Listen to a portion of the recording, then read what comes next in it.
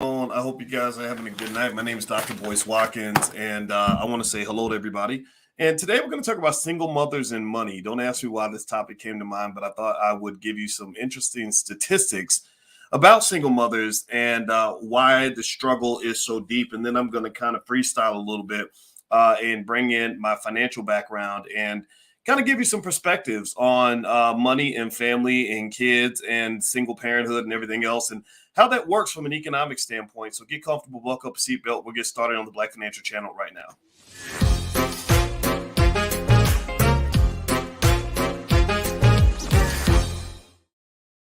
Hey, what's going on, guys? Welcome to the Black Financial Channel. That's theblackfinancialchannel.com. My name is Dr. Boyce Watkins. I am your friendly neighborhood finance professor. On the Black Financial Channel, we talk about Black wealth and Black economics every single day, sometimes as much as 10 times a day, under one condition. The condition is that we are Black first. Black first means we put our community at the top of our priority list. Black first means that we also educate our kids. Black first means that that we plan when it comes to wealth and economics. And we like to be smarter here. Being dumb is not cool in this space. So if you are okay with Black people being as smart as we can, if you're okay with Black people loving each other, then give me a B1 in the chat. Give me a B1 to let me know that Black first is okay with you. And so we're going to jump into this. Now, some of you may be asking, why am I doing this conversation at 2 a.m.? It's because I'm always thinking about this stuff. And when you don't have a boss, your boss does not choose when you work or when you don't want to work. You just work when you feel like it. And I take a big nap. So I got up and I said, you know what, let me go share some knowledge, and everybody who's sleeping can watch it in the morning. So that's what I do. And that's a little bit of a tip for anybody that's a grinder, anybody that wants to be successful. Give me a yes in the chat if your goal is to be successful and to achieve your goals. If that is your goal, then I need you to understand that, grinding doesn't really operate on a 9 to 5 clock. A grinder does not give a damn about weekends and holidays and all that. It doesn't mean you have to work on the holidays. It means that it's your choice. That's the benefit of being a grinder. So when I work, when I feel good, I work. And when I don't want to work, I take a nap. And I take naps in the middle of the day. When everybody else is working, I'm sleeping. When everybody else is going to the job, I'm on vacation. But then when it's time to work, I get up and I work because I love what I do. If you love what you do, then you'll never, ever have a job. You'll never work a whole day in your life.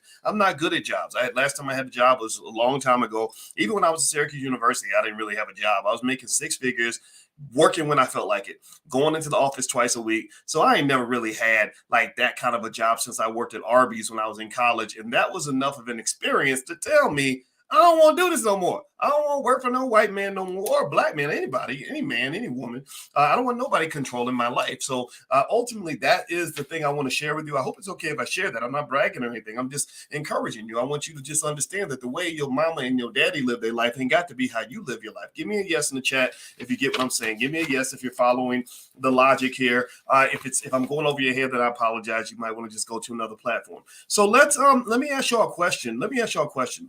How many of you either are a single parent or was raised by a single parent? Give me a yes in chat if you are a single parent or you were raised by a single parent. And I want to start there with this conversation because that's a sensitive issue to me. When my mother gave birth to me, my mother was a 17-year-old single parent. She got pregnant at 16, gave birth to me at 17. Now, let me tell you, before I lay out all this data and just the research that I was doing that I wanted to share with you, my mother, when she gave birth to me, I asked her one time, like literally when I was probably 40 something years old, I said, Mom, when I was born, who was there? Like, who was waiting on me? Because I'd gone to my brother's when he gave birth to his baby. We were all there waiting outside, and there was like 10 people there and everything. I said, who was waiting on me when I was born? Like, who were the people that greeted me when I came to earth? And you know what she said? She said, nobody. She literally said nobody. She said it was me, her, and this white nurse who gave birth to me, who pulled me out of the womb, and then afterward, my mother had to wait on the side of the road for somebody to come pick us up after we left the hospital, and that was sad and depressing to me. That was like, whoa, wow, like, at first your feelings are kind of hurt, like, damn, I must not have been important to anybody. But then the other part of it is I looked at my mother, and my mother instantly became my greatest hero ever. Like literally at that moment, I looked at her and I said, I thank you so much, because I cannot imagine how much courage, how scared you must have been. if by having this baby all by yourself. My biological father was not there. Drugs caught up with him. And in case you ever want to know why I hate drugs so much, why I just get angry about drugs, is because it's affected my family. It's affected a lot of y'all's families. I think Black people should have a zero tolerance policy when it comes to drugs, drug addiction, glorifying drug use, drug selling, all that. None of that's good. It never leads to good things. So any young person listening or any young person that you share this video with, please tell them, don't mess with dope. I just talked to a father the other day whose son was a good kid who got caught up in drugs, and now he got 47 years in prison with no parole. And this 65-year-old father was telling me that he's going to try to stay alive as long as he can in hopes that he can see his son as a free man again. And that's going to be hard to do, given that he's got another 30 years left and his son has every single regret you can ever imagine, but now it's too late. So that's just a little side note, a little side thought. And in case, you ever wondered, for those who are new, you may say, well, gosh, he's a finance guy. Why does he talk about things like this? Well, because these issues matter when it comes to your economics, for sure. You can't build family wealth when you got drug addicts everywhere. You can't, if you are a drug addict, all your money's going to go to a drug dealer. You're not going to be able to accomplish anything. When you are a drug addict, no one's going to trust you and want to do business with you. You can't do business with people that are addicted to drugs. So that's why Boyce talks about drugs. I talk about any impediment that gets in the way of building Black wealth. Please give me a yes to confirm that you understand what I'm saying, that you get what I'm saying here and why I'm bringing this point up. All right, so hit the thumbs up button. Thumbs up. Please hit the share, subscribe button. Hit the notification bell also. The notification bell is really important, so you'll be notified when we go live. Now, let's talk about the single mother financial thing. This is really interesting. I'm going to read some statistics to you. I put them on my Twitter, by the way. My Twitter is Dr. Boyce Watkins and then the number 1. Somebody stole my actual Dr. Boyce Watkins Twitter name, so just look for my name with the number 1 afterward. That would be me. And I got a blue check mark, but I just paid for it. So, but I have a few Twitter followers, but I did pay for the blue check mark. Anyway, so here's some statistics about single mothers and money. In 2017, this is according to the Census Bureau. In 2017, 36% of single mothers were living in poverty, 6% of married couples. So more than 1/3 of all single moms are living in poverty. 36% are living in poverty, 6% of married couples. Also, 48% of single mothers receive public assistance compared to 9% for married couples. 24% of single mothers are unemployed compared to 6% for married couples. And also the median income for single mothers was $25,493 versus $78,945 for married couples. So you would think that if you just took two people that were making the same amount of money, at 25 plus 25, you get 50. But no, actually being married takes it up to $78,945.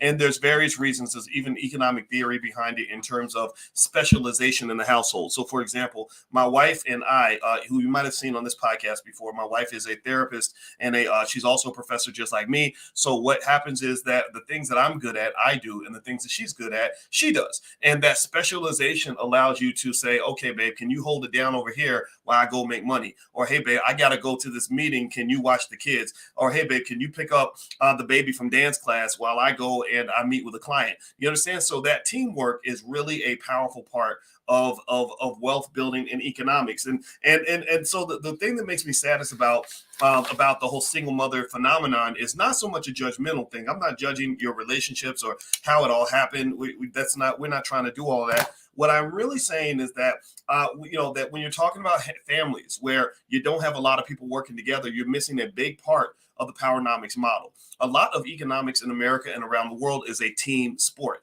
It is a group of people working together to accomplish a common goal. Actually, I have this. In fact, we're doing this thing on the 13th of Friday the 13th at 11 p.m. and it's in the Black Business School. It's something we're doing for fun. It's called a financial slumber party. And in the financial slumber party, we're going to meet at 11 p.m. So take a nap before you get there. And in the next 3 hours, I'm literally going to turn you into the best investor in your household. And during that time, I'm going to go through the curriculum of something I created called Stock Market Decoded.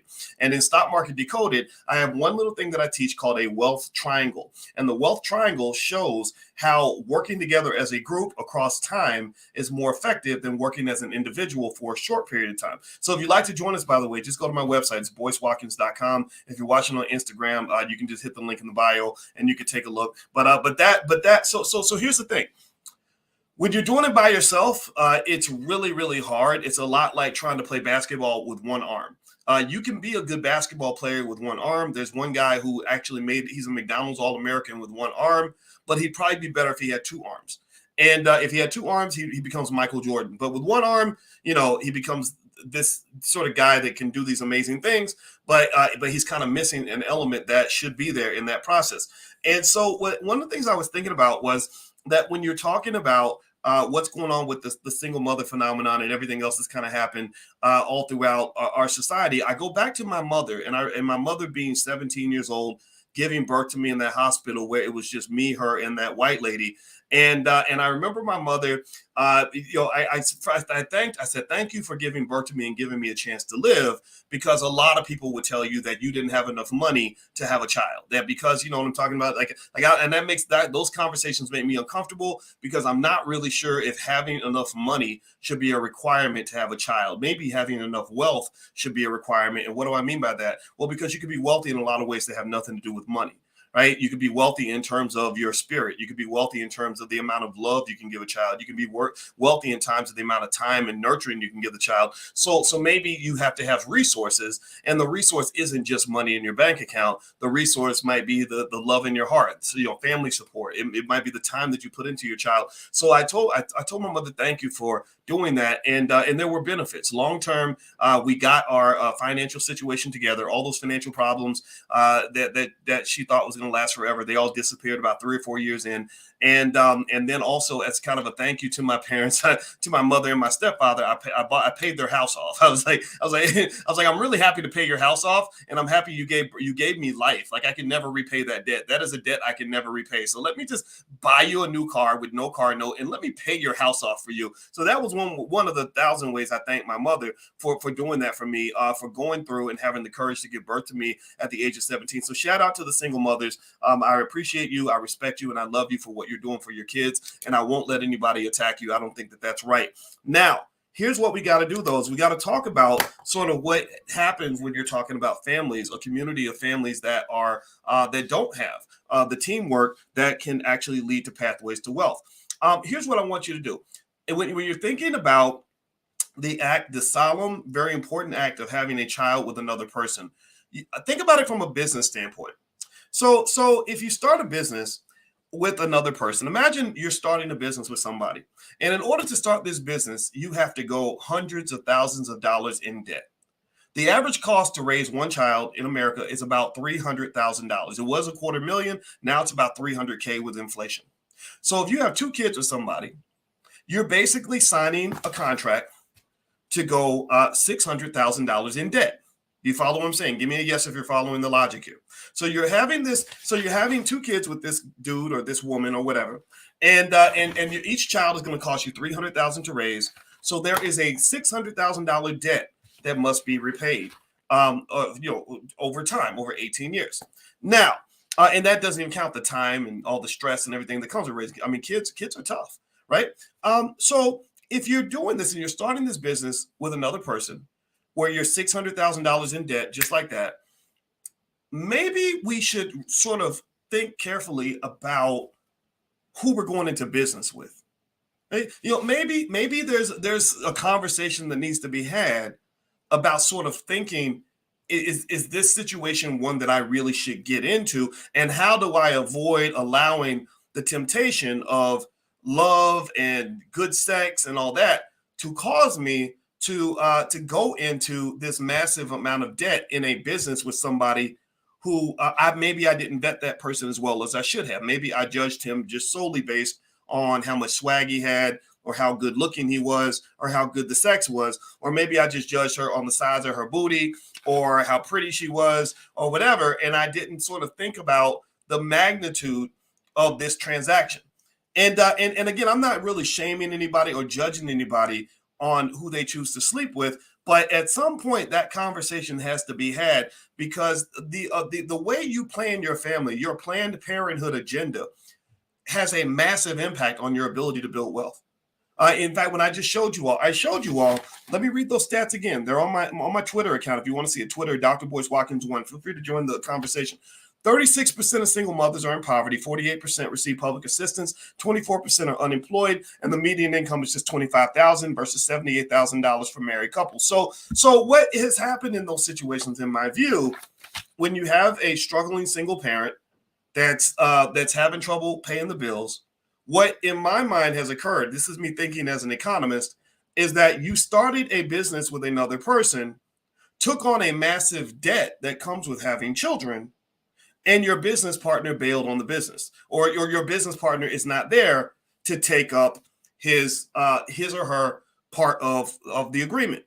Now, again, people sometimes there's things like child support, and that becomes an iffy thing, right? Sometimes you have people that in their relationships, and then they agree to pay child support, and that's fine. But I really honestly, I have to just tell you, I've lived in the house with kids, and I've also paid child support.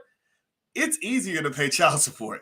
It's much easier to pay child support, and so sometimes I'll even laugh when I hear a woman say, "Oh, he's a good dad. He buys diapers for the baby every 2 weeks." And I'm like, was the baby eating diapers for 2 weeks? Is that what they ate? Were you able to cook diapers and feed diapers to the baby? Because last time I checked, diapers is a baby needs a lot more than diapers or new shoes once every 6 months. Like a baby requires lots. They got to eat every day. When they get sick, somebody has to go pick them up from school. When they're getting on your nerves, somebody has to constantly monitor that child. So I just will just say, I really think that we've got to sort of process that a little bit differently. Not living in the household and paying child support ain't the same as actually being the parent. And I think a guy like a Nick Cannon will kind of learn that, because I'm sure he's paying his child support and everything else. He's going to pay a lot of it. But what's going to happen is he's going to find that his kids are probably not going to be as connected to him as they would be if he were available all the time. Like their mother's available all the time, the mama's always going to come first. That's just naturally how we're built. So ultimately, I think that when you're talking about that poverty that exists with single mothers, and I went to another website. What was it? What was this site? It's called the Single Mother Guide.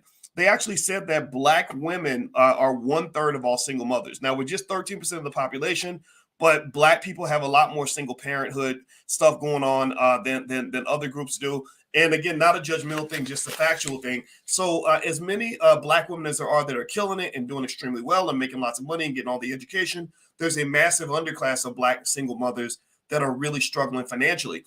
And so again, go back to the analogy I was explaining to you. When you have a child with another person, you're basically starting a business. Starting a family is like starting a business, except starting a family is much more serious and probably much more expensive and much, much harder to dissolve. You can't dissolve children. Like you can't abort a 9-year-old, right? So effectively, it's a permanent commitment, right? So if you're starting a business with somebody and you're going to go $600,000 in debt, give me this yes or no to this question. Would you want to see that person's credentials before you choose to start that business with that person? If you're about to start a business with somebody and go $600,000 in debt, would you maybe want to see their resume? If you're about to go $600,000 in debt with somebody and put your name on a contract with them, would you maybe want to take some time to sort of check their background to make sure they know what they're doing, that they know how to run the company, that they're actually going to show up every day? Give me a yes or no in the chat. Would you maybe take some time to vet out a person like that? If what do y'all think? What do y'all think? Well, so I think that maybe we got to sort of rethink what it means to have a child with somebody. And I'm not just talking about women. This is not one of those like, oh, single mothers are crap conversations. That's silly. Because every single mother had a father involved too. So stop that. Stop acting like single mothers did it by themselves. I see guys that say that. They say, well, but don't ever date a single mom. I would never date a single mom. I get that. As long as you're not a single dad. If you got babies mamas, then she's taking on your burden too. Dating a man with babies mamas also means that you're going to deal with whatever financial burden he's carrying around, whatever baggage and trauma he's carrying from the fact that his baby mama broke his heart, baby mama won't let him see the kids, baby mama taking all his money. So you feeling that? So let's just, again, if you're going to have a bias against single parents, all I'm saying is, okay, it's your right to have that bias. Just don't make it gender specific. It's weird to me when you have a guy that has babies mamas saying, I will never date a single mother. You can't say that. You lost the right to say that, because that is as silly as her saying she would never date you because you got babies mamas or because you have kids with other women. That's it. So let's get away from that. So that's the difference. If you ever want to know the difference between, say, me and Kevin Samuels, and I don't hate everything Kevin Samuels said.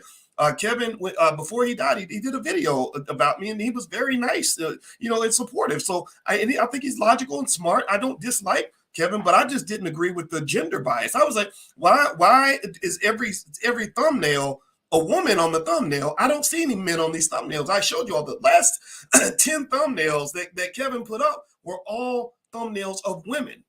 So that to me says that sometimes we blame other people for our problems, and I'm not a fan of that, man. I kind of think that's a little bit immature. I mean, I get it, but it's not appropriate. So again, to me, if you're talking about this wealth game and you're trying to play it right, you've got to incorporate family. You've got to incorporate how you build family. A man that wants to become wealthy is not going to go laying down with any pretty girl that comes along, because you don't want a raggedy woman raising your kids. She will drain your money, she will drain your soul, and she will also ruin your reputation at some point. When I picked my wife, I vetted my wife very carefully. I vetted my wife. Don't tell my wife I said this, but I vetted several women before I chose to date my wife, because I wanted to pick the right situation to be in. So ultimately, if you don't do that properly, if you allow your sex drive to push you into connecting with people that are not good for your long-term economic benefit, then you will end up in a bad situation. And the only person you can look at is gonna have to be the person in the mirror. Now, the other thing I would say too is, one thing I would say with these statistics about single moms having lower, or single parents in general, but really single moms, that's the majority, having a lower income and lower wealth than other groups, is I don't really know if I understand the trend of becoming a single mother on purpose. I don't really know if that is the best life approach when it comes to wealth, because I don't really know if the massive task of raising children and all the money that comes with that is meant to be done by one person. Again, it costs $300,000 to raise a child to the age of 18. Are you preparing to take on that whole $300,000 debt yourself? Is that something that you're prepared to do, or is that something that you're gonna just do because you wanted the sex, and then you're gonna be mad about it, for the next 20 years?